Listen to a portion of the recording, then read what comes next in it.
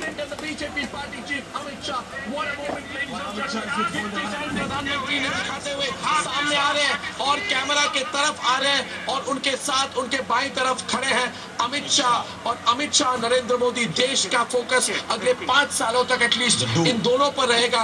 इस बार बात भी हो रही है कि शायद अमित शाह सरकार में आए, क्योंकि इस बार वो लोकसभा के पहली बार उनकी रिकॉर्ड मार्जिन से आज 5 लाख से ज्यादा वोटों से गांधीनगर से उनकी विक्ट्री हुई है। ये दो नेता जिनकी जोड़ी पिछले 25 साल 30 साल की हिस्ट्री है इनकी, एक साथ मतलब दोस्त भी रहे, एक साथ काम भी किया है और जिला लेवल से।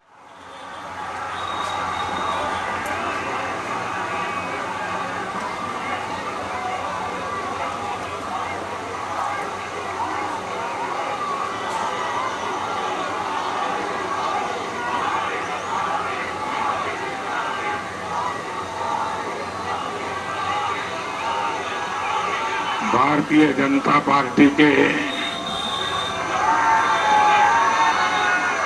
यशस्वी, परिश्रमी अध्यक्ष भाई अमित शाह जी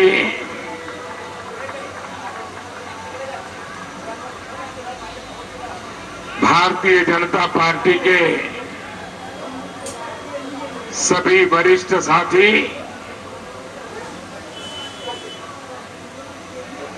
और प्यारे भाई और बहनों,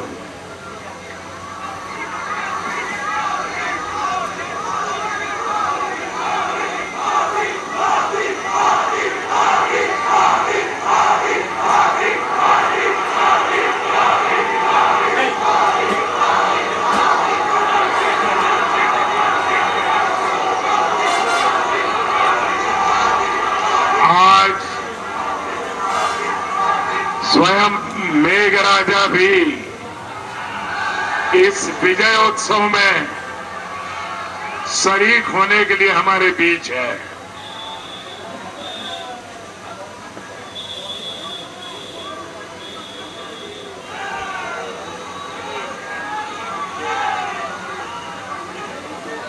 (2019)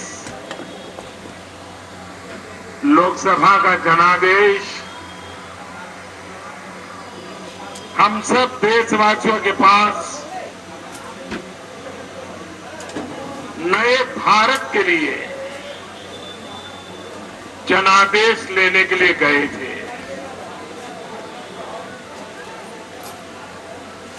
आज हम देख रहे हैं देश की कोटि-कोटि नागरिकों ने इस फकीर की झोली को भर दिया।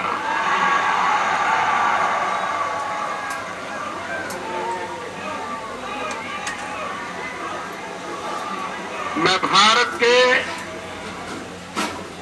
130 करोड़ नागरिकों का सर झुका करके नमन करता हूं।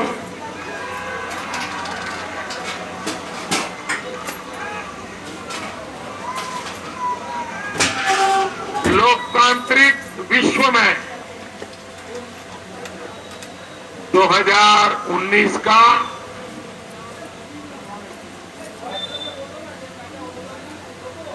ये जो मतदान का सिर्फ आंकड़ा है, ये अपने आप में लोकतांत्रिक विश्व के इतिहास की सबसे बड़ी घटना है। पूरे विश्व की यह सबसे बड़ी घटना है।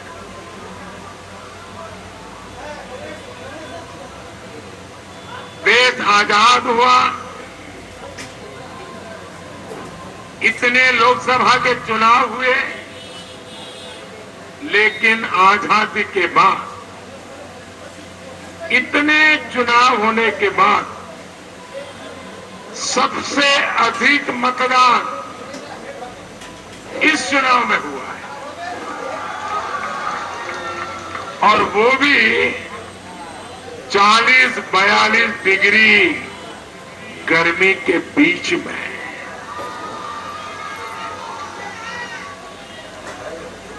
ये अपने आप में मतदाताओं की जागरूकता, लोकतंत्र के प्रति भारत की प्रतिबद्धता पूरे विश्व को इस बात को रजिस्टर करना होगा, पूरे विश्व को भारत की लोकतांत्रिक शक्ति को पहचानना होगा। इस अवसर पर मैं इस लोकतंत्र के उत्सव में लोकतंत्र के खातिर जिन जिन लोगों ने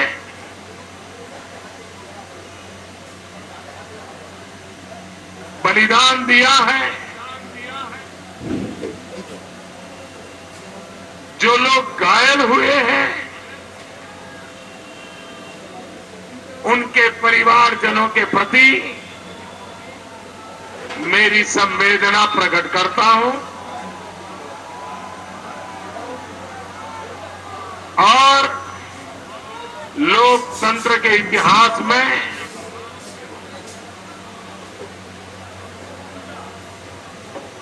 लोकतंत्र के लिए मरना ये मिसाल आने वाली पीढ़ियों को प्रेरणा देती रहेगी।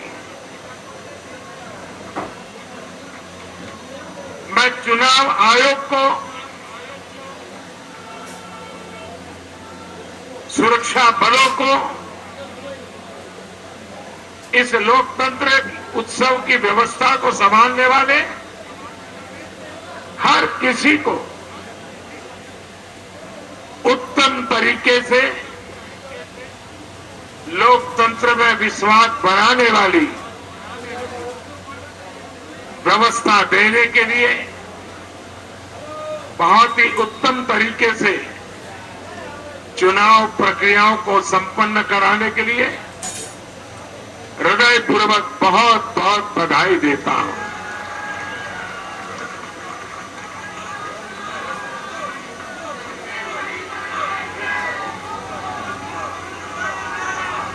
साथियों,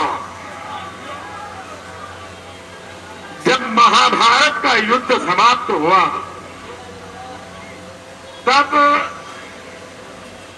श्री कृष्ण से पूछा गया कि आप किसके पक्ष में थे। मैं समझता हूं उस समय महाभारत के काल में भगवान श्री कृष्ण ने जो जवाब दिया था वो आज 21वीं सदी में 2019 के इस चुनाव में हिंदुस्तान के 130 करोड़ नागरिकों ने, जनता जनार्दन ने श्री कृष्ण के रूप में जवाब दिया है। आज श्री कृष्ण ने जवाब दिया था कि मैं किसी के पक्ष में नहीं था,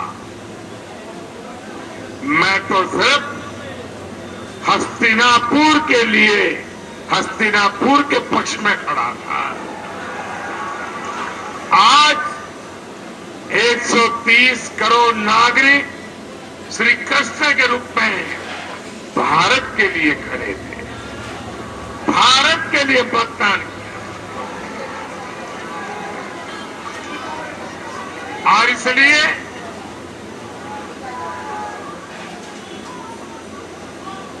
देश के सामान्य नागरिक की भावना भारत के उज्जवल भविष्य की गारंटी है।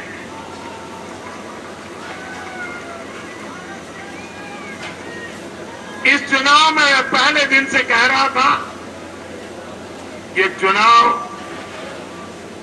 कोई दल नहीं लड़ रहा है, कोई उम्मीदवार नहीं लड़ रहा है, कोई नेता नहीं लड़ रहा है।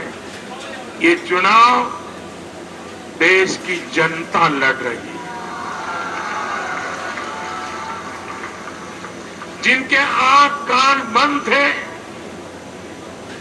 उनके लिए मेरी बात समझना मुश्किल था। लेकिन आज मेरी वो भावना को जनता जनार्दन ने प्रकट कर दिया है और इसलिए अगर कोई विजयी हुआ है तो हिंदुस्तान विजयी हुआ है। अगर कोई विजयी हुआ है तो लोकतंत्र विजयी हुआ है। अगर कोई विजयी हुआ है तो जनता जनार्दन विजयी हुई है। और इसलिए हम सभी भारतीय जनता पार्टी के कार्यकर्ता, हम सभी एनडीए के साथी नम्रता पूर्वक इस विजय को जनता जनार्दन के चरणों में समर्पित करते हैं।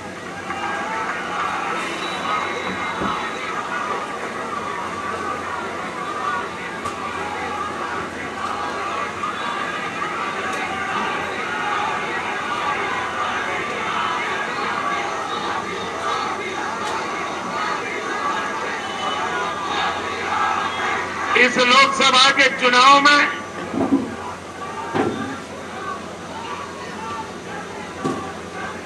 जो विजयी हुए हैं उन सभी विजेताओं को मैं हृदयपूर्वक बहुत बहुत बधाई देता हूं। और सभी विजयी किसी भी दल से जीत करके आए हो, किसी भी पार्श्वभूमि से आए हो, लेकिन देश के उज्जवल भविष्य के लिए प्रतिबद्धता के साथ कंधे से कंधा मिला करके भारत के उज्जवल भविष्य के लिए विजयी सभी प्रतिनिधि आने वाले दिनों में देश की सेवा करेंगे। इस विश्वास के साथ मैं उन सबको शुभकामनाएं देता हूं।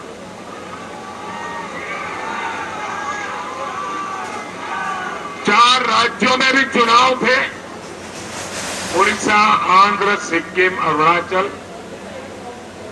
उन विधानसभाओं में जो प्रतिनिधि चुन करके आए हैं, उन राज्यों की जनता ने जिन सरकारों को चुना है, उनको भी मैं बहुत बहुत अभिनंदन करता हूं। और मैं उन सभी सरकारों को विश्वास दिलाता हूं कि भारतीय जनता पार्टी भारत के संविधान को समर्पित है, भारत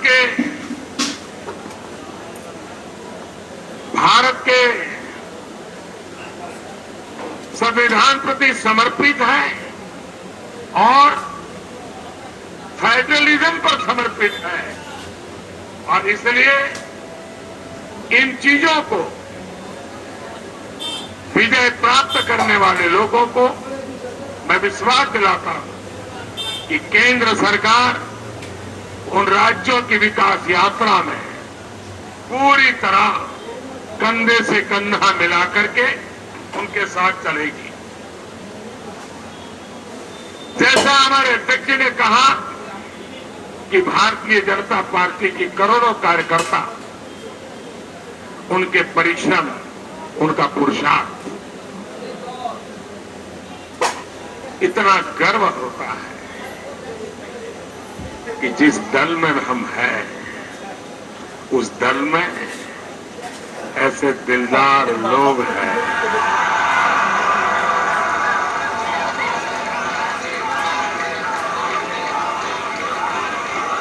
कोटि कोटि कार्यकर्ता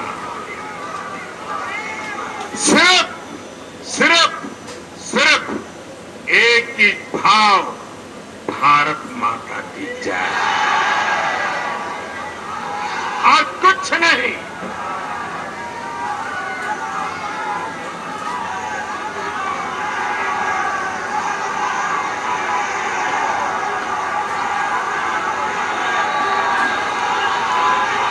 वे कार्यकर्ता भारतीय जनता पार्टी परिवार का प्रत्येक साथी कोटि कोटि अभिनंदन का अधिकारी है, जिसने निस्वार्थ भाव से लोकतंत्र का झंडा ऊंचा रखते हुए देश के सामान्य मानवी की आशा आकांक्षाओं की पूर्ति के लिए जी जान से लोकतांत्रिक तरीके से इस पूरे लोकशाही के उत्सव में शरीक होकर के उसकी आन बान शान बढ़ाने में यशस्वी भूमिका निभाई है।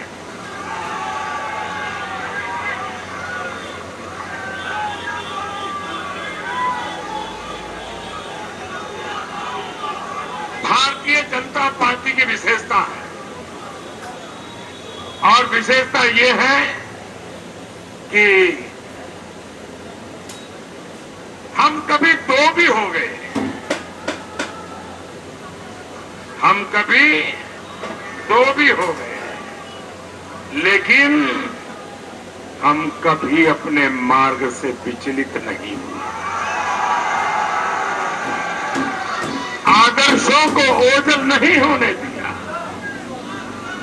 न रुके, न थके, न झुके। कभी हम दो हो गए तो भी, और आज दोबारा आ गए। दो से दोबारा आने तक इस यात्रा में अनेक उतार चढ़ाव आए। दो थे तब भी निराश नहीं हुए, दोबारा आए तो भी न हमारी नम्रता छोड़ेंगे, न हमारा विवेक छोड़ेंगे, न हमारे आदर्शों को छोड़ेंगे, न हमारे संस्कार को छोड़ेंगे।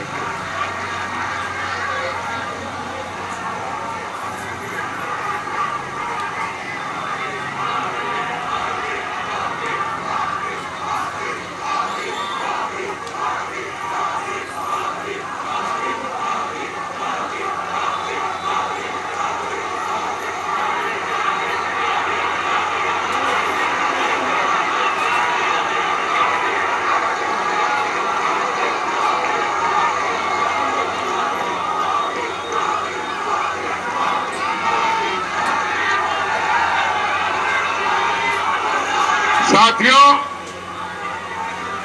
अभी हमारे अध्यक्ष जी चुनाव नतीजों की कुछ हाइलाइट्स बता रहे थे।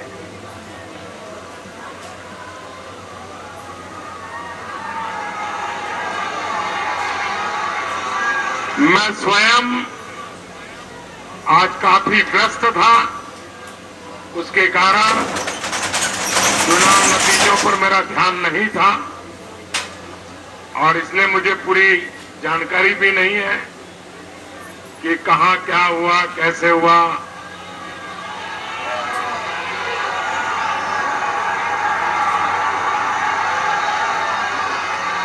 लेकिन अध्यक्ष जी ने जो विस्तार से बताया, मैं आज रात के बाद समय निकाल करके देखूंगा कि आज दिन भर क्या क्या हुआ है। लेकिन जो अध्यक्ष जी ने बताया, ये अपने आप में हिंदुस्तान के पॉलिटिकल पंडितों को उनकी सारी 20वीं सदी की सोच को छोड़ना पड़ेगा। 21वीं सदी है, ये नया भारत है। ये चुनाव का विजय, कोई कहता है मोदी मोदी मोदी, ये मोदी का विजय नहीं है। ये देश में ईमानदारी के लिए तड़पते हुए नागरिक की आशा आकांक्षाओं का विजय है। 21वीं सदी के सपनों को लेकर के चल पड़े नौजवान का विजय है। ये विजय आत्मसम्मान, आत्मगौरव के साथ एक शौचालय के लिए तड़पती हुई उस मां का विजय है। ये विजय उस बीमार व्यक्ति का है जो 4-4, 5-5 साल से पैसों के अभाव में उपचार नहीं करवा पा रहा था, जिसका आज उपचार हो पाया, उसके आशीर्वाद की विजय है। ये विजय देश के उन किसानों की है कि जो पसीना बहा करके राष्ट्र के पेट भरने के लिए अपने पेट को भी परेशान करते रहता है और खुद जहमत उठाता रहता है। ये उसकी विजय है। ये उन 40 करोड़ असंगठित मजदूरों की विजय है जिनको पहली बार लेफ्ट के लोगों ने विचार बहुत रखे होंगे, लेकिन इस देश में एक ऐसी सरकार जिस पर लेफ्ट का लेबल तो नहीं है, लेकिन 40 करोड़ लोगों के लिए, असंगठित कामदारों के लिए पेंशन योजना लागू करके उनको सम्मान जीवन देने का काम किया है। ये उनका विजय है। उन बेघर जिंदगी गुजारते गुजारते आज पक्के घर में रहने गए हैं, उनका विजय है। और जिनका 2022 तक पक्का घर बनना तय है, उनका विजय है। भाइयों बहनों, ये विजय उन मध्यम वर्ग के परिवार का है कि जो कानून नियमों का पालन करता रहा, जो देश की भलाई के लिए टैक्स देता रहा, लेकिन न उसे कभी सम्मान मिला और न ही कभी उसको भरोसा हुआ कि जो टैक्स देता है वो सचमुच में देश के काम आता है क्या। 5 साल में उसने अनुभव किया कि जो दे रहा है वो सही जगह पे जा रहा है, सही काम आ रहा है। उस मध्यम वर्ग के मन को जो संतोष हुआ है, वो संतोष इस चुनाव नतीजों में नजर आ रहा है। ईमानदारी को जो ताकत मिली है, उस ताकत को इस चुनाव ने एक नई स्वीकृति दी है। और इस प्रकार से जो बदलाव आया है, उस बदलाव ने ये परिवर्तन लाया। भाइयों बहनों, हमारे वरना आपने देखा होगा 30 साल तक लगातार देश में, विशेष रूप से, वैसे ये ड्रामेबाजी तो लंबे समय से चल रही है,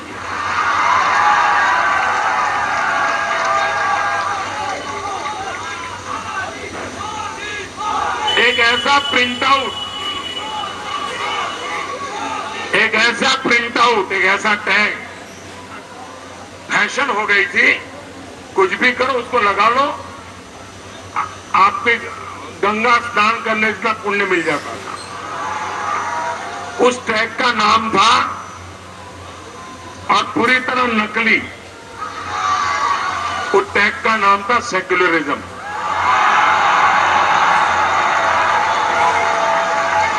और नारे लगते थे, सेक्युलर एक हो जाओ, सेक्युलर एक हो जाओ। आपने देखा होगा 2014 से 19 आते आते उस पूरी जमात ने बोलना ही बंद कर दिया। इस चुनाव में एक भी राजनीतिक दल सेक्युलरिज्म का ये नकाब पहन करके देश को गुमराह करने की हिम्मत नहीं कर पाया है। ये बेनकाब हो गए। दूसरा, हिंदुस्तान में कोई चुनाव ऐसा नहीं गया जिसके केंद्र बिंदु में महंगाई न रही हो। ये चुनाव ऐसा है जहां महंगाई, एक भी विरोधी दल ने आरोप नहीं लगाया। ये चुनाव ऐसा है कि जिसमें हिंदुस्तान के पिछले कोई भी चुनाव उठा लीजिए, सब चुनाव भ्रष्टाचार के मुद्दे से रंगे गए थे। भ्रष्टाचार के मुद्दों पर चुनाव लड़े गए थे, भ्रष्टाचार के मुद्दे पर जवाब देने पड़े थे। ये पहला चुनाव था जिसमें इस देश का कोई राजनीतिक दल 5 साल के शासन पर भ्रष्टाचार का एक आरोप नहीं लगा पाया, चुनाव का एक मुद्दा नहीं। भारत के लोकतंत्र में तीन चीजें कांस्टेंट रही है, इस चुनाव में मिसिंग थी और इसलिए पॉलिटिकल पंडितों को समझ नहीं आ रहा था किस तराजू से चीजों को तोला जाए। भाइयों बहनों, इस चुनाव ने 21वीं सदी की एक मजबूत नींव हमारे सामाजिक सार्वजनिक राजनीतिक जीवन के लिए निर्मित की है। और मैं चाहूंगा कि जो देश का उज्जवल भविष्य चाहते हैं, सरकार कौन बने, किसकी बने, कौन आए कौन जाए, वो तो जनता करती रहेगी, लेकिन भारत के उज्जवल भविष्य के लिए, देश की एकता और अखंडता के लिए अब भारत की जनता ने इस चुनाव में एक नया नैरेटिव देश के सामने रख दिया है। सारे समाज शास्त्रियों को अपनी पुरानी सोच पर पुनर्विचार करने के लिए देश के गरीब से गरीब व्यक्ति ने मजबूर कर दिया है। और वो क्या है, अब इस देश में सिर्फ 2 जाति बचेगी, 2 जाति ही रहने वाली है और देश इन 2 जाति पर ही केंद्रित होने वाला है। ये जाति के नाम पर खेल खेलने वाले लोगों को ये बहुत बड़ा प्रहार इस चुनाव में हुआ है। और 2 जाति है, कौन सी? अब 21वीं सदी में भारत में एक जाति है गरीब, भारत की एक जाति है गरीब और दूसरी जाति है देश को गरीबी से मुक्त कराने के लिए कुछ न कुछ अपना योगदान देने वालों की। एक वो है जो गरीबी से बाहर आना चाहते हैं, दूसरे वो है जो देश को गरीबी से मुक्त कराना चाहते हैं। ये 2 ही जाति है और इसलिए हमें 21वीं सदी में इन दोनों को सशक्त करना है। जो गरीबी से बाहर जिसको लाना है उसको भी सशक्त करना है और गरीबी से बाहर लाने में जो बढ़ चढ़ करके मदद कर रहा है उसको भी ताकतवर बनाना है। ये 2 शक्तियां इस देश पर गरीबी के कलंक को मिटा सकती है। इस सपने को लेकर के हमें चलना है।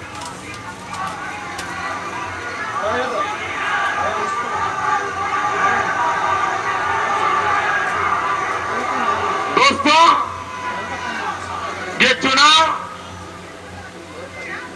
इसलिए महत्वपूर्ण है कि इसी कालखंड में ये 2019 से 2024 ये 5 साल का कार्यकाल और इतना प्रचंड जनमत, प्रचंड मैंडेट, बहुत बड़ी घटना है जी, विश्व को अचंभित करने वाली घटना है।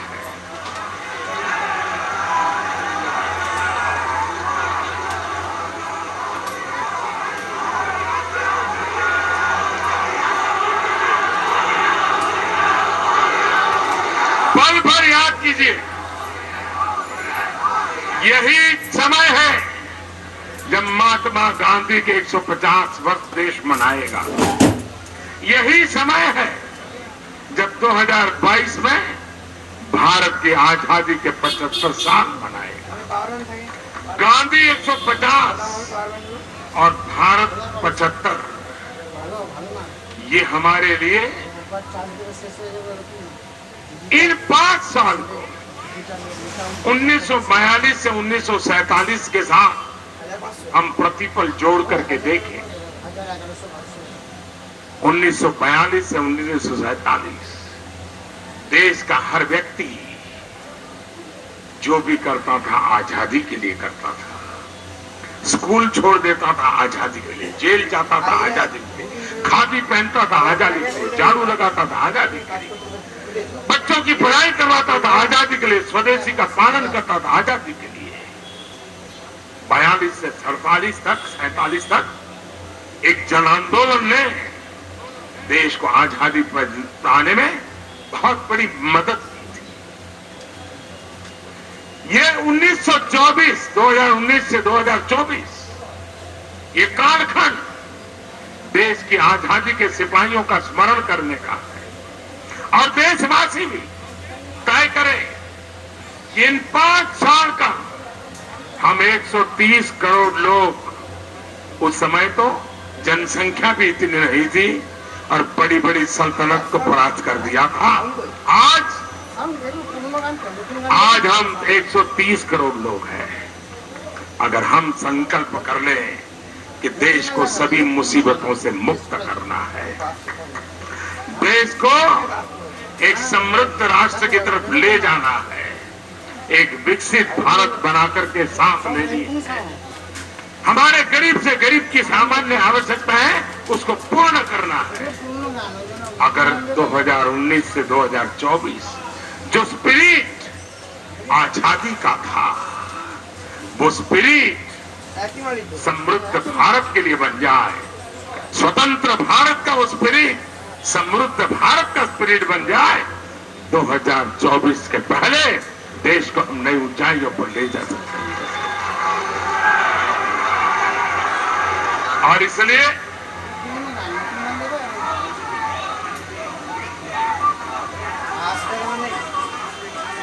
इसलिए दोस्तों कि इस चुनाव को हमें नम्रता से स्वीकारना है। हम सरकार तो बहुमत से बनती है और जनता ने बना भी दी है, लेकिन लोकतंत्र के संस्कार, लोकतंत्र का स्पिरिट, भारत के संविधान का स्पिरिट हमें इस बात के लिए जिम्मेवारी देता है कि सरकार भले बहुमत से बनती हो, लेकिन देश सर्वमत से चलता है। और इसलिए मैं आज सार्वजनिक रूप से कहता हूं, चुनाव में क्या हुआ, कैसे हुआ, कौन बोला, क्या बोला, मेरे लिए वो बात बीत चुकी है। हमें आगे देखना है, हमें सबको साथ लेकर के चलना है। हमारे घोर विरोधी होंगे, उनको भी साथ लेकर चलना है, हित के लिए चलना है। और इतना बड़ा प्रचंड बहुमत के बाद भी पूरी नम्रता के साथ चलना है, लोकतंत्र की मर्यादाओं के बीच चलना है। संविधान यही हमारा सुप्रीम है, उसी के छाया में, उसी के हर शब्द के भाव को पकड़ते हुए हमें चलना है।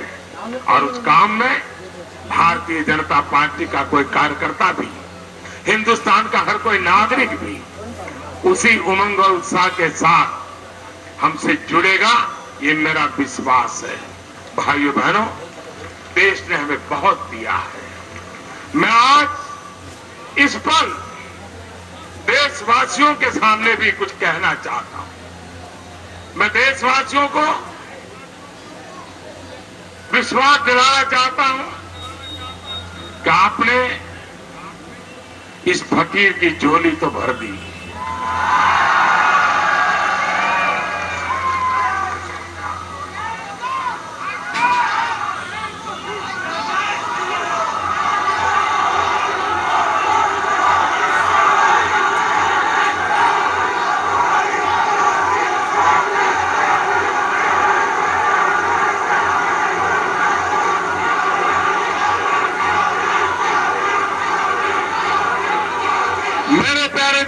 देशवासियों,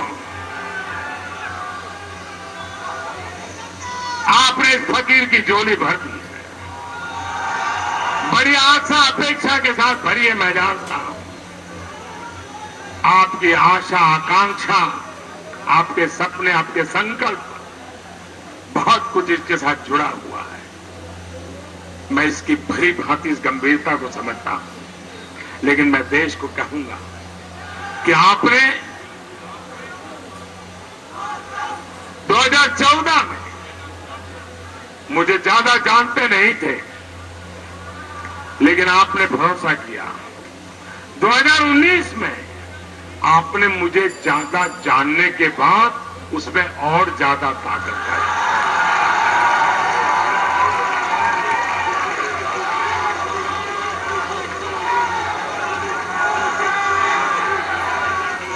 मैं इसके पीछे की भावना को भली भांति समझता हूं। मैं भली भांति समझता हूं। जैसे अमित भाई कह रहे थे कि बहुत वर्षों के बाद एक चुनी हुई सरकार दूसरी बार पूर्ण बहुमत से और पहले से अधिक ताकत के साथ जीत करके आए, इसका मतलब देश की जनता का कितना भरोसा है, और भरोसा जैसे बढ़ता है जिम्मेवारी और ज्यादा बढ़ती है।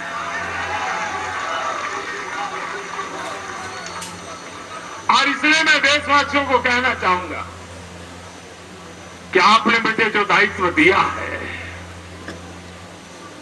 हमारे एनडीए के सब साथियों ने जो हमें समर्थन दिया है, एनडीए के साथियों ने भी मिलकर के पूरी मेहनत की है, तब जाकर के मैं देशवासियों से आज जरूर कहना चाहूंगा, और इसे मेरा वादा मानिए, मेरा संकल्प मानिए, मेरा समर्पण मानिए, मेरी प्रतिबद्धता मानिए, लेकिन मैं जरूर कहूंगा कि आपने फिर से जो मुझे काम दिया है, आने वाले दिनों में भी मैं आने वाले दिनों में मैं बद इरादे से, बद नियत से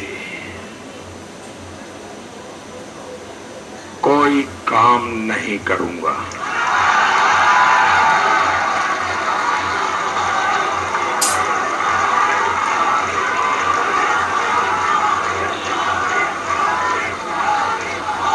काम करते करते गलती हो सकती है, लेकिन बद इरादे से, बद नियत से मैं कोई काम नहीं करूंगा। दूसरा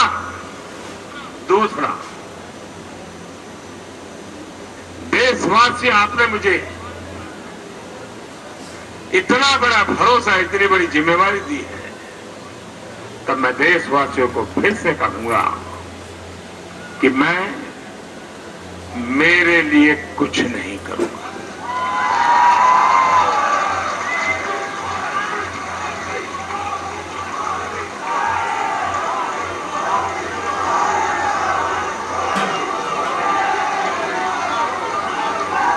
और तीसरी बात मैं सार्वजनिक रूप से कहना चाहूंगा, और तीसरी बात, मेरे समय का पल पल, मेरे शरीर का कण कण सिर्फ और सिर्फ देशवासियों के लिए।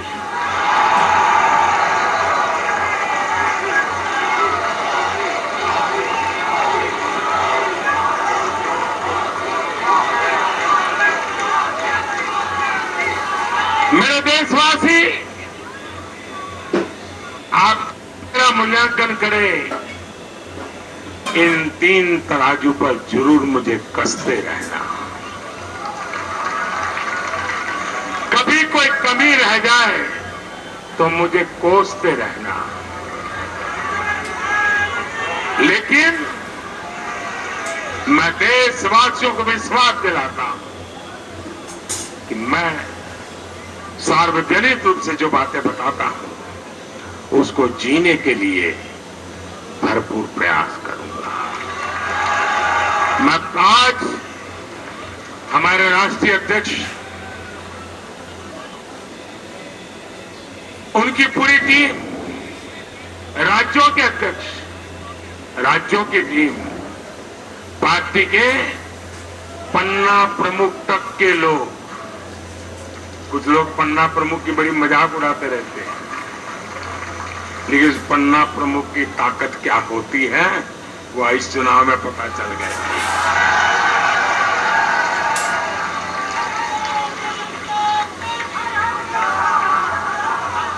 पन्ना प्रमुख से लेकर के राष्ट्रीय प्रमुख तक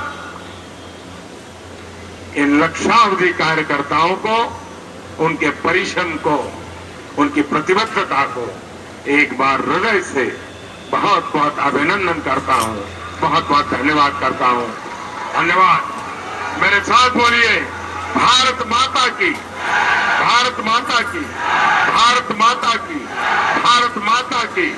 वंदे वंदे वंदे वंदे वंदे वंदे वंदे वंदे वंदे वंदे।